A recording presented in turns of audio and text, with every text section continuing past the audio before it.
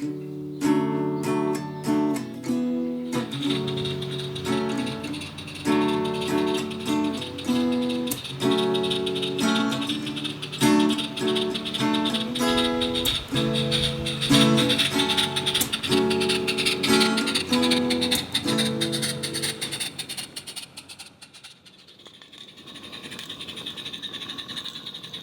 everybody, Rob here from the Bayfields Light Railway, and today we are going to have a rare look behind the scenes here at Bayfields Engineering.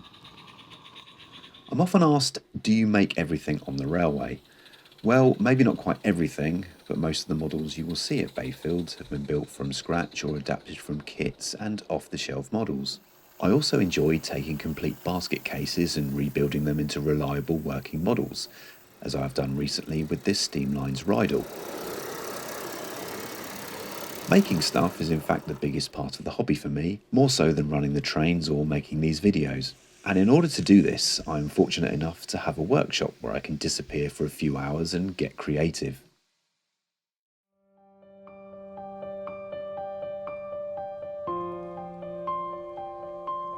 So this is my workshop, and it's been like this for the past 7 years and unfortunately has become something of an unorganised mess. When we first moved into our current house, I installed the workbench and shelves quite quickly, without much thought to the layout of the room or decent storage for the growing collection of items for the developing garden railway. As my modelling skills have developed, more tools and additional machines have been added. It's got to the point now where the workshop really needs to be reorganised with better storage and generally make it more user-friendly. I spend a lot of time in here, so it needs to be a nice, tidy, organised environment. It was also a chance to take stock of what I have, what I need, and what I don't need anymore. There was also the issue of access to the windows. Opening them was becoming increasingly difficult, and also getting access to the radiators.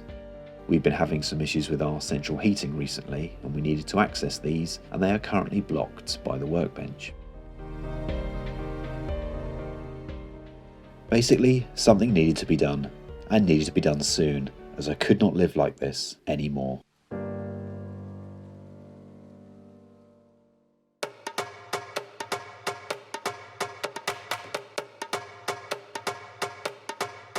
The long Easter weekend has now arrived, so it was the perfect time to blitz this over the 4 days while I was off work, as I didn't want to be without a workshop for too long. The first stage was to clear everything out of the room, and I still don't understand how I managed to fit so much in here.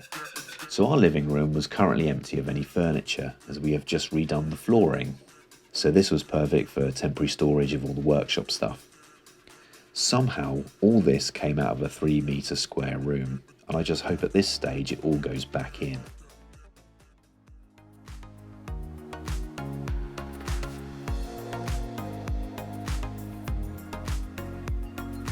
This was a good chance to fit another light, as the workshop needs decent lighting, so I opted for another LED light pattern, which was 5 foot long.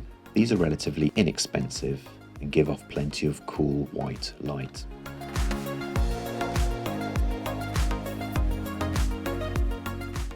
I completed the removal of the old workbench and saved all the decent bits of timber which I would use again for the new workbench.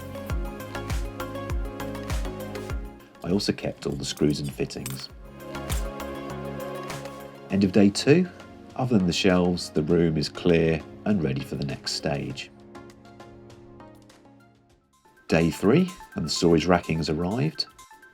I opted for 2 identical units, and these were 60 centimetres wide and 1.5 metre long, and each shelf can take 250 kilograms. These were relatively simple to construct. They don't use any nuts and bolts and just tap together using a rubber mallet. I also made sure that the shelves were spaced correctly to take my stock boxes, especially the larger plastic ones.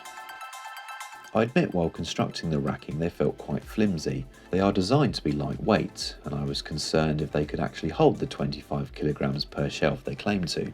However, once the units were complete and anchored to the wall, they are really strong and sturdy and will do the job really well, so it was definitely worth investing in these. Once the racks were in, I moved on to the other side of the room and built the new workbench. This is supported from the wall and also from a chest of drawers which sits on the floor. Here I am fitting shelves above the workbench for easy storage of tools. Admittedly, it's not pretty underneath, and I've reused the previous worktops by turning them over.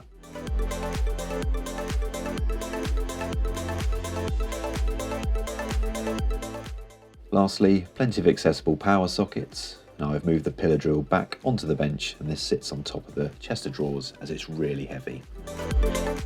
So with all the major construction done, it was time to move everything back in.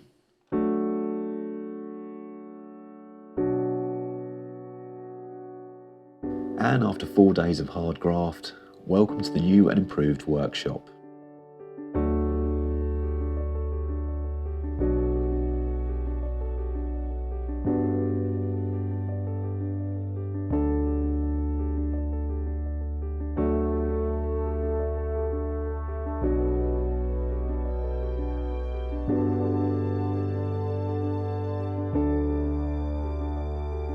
Okay, it's still full of stuff, but at least it's better organised now and everything has a place.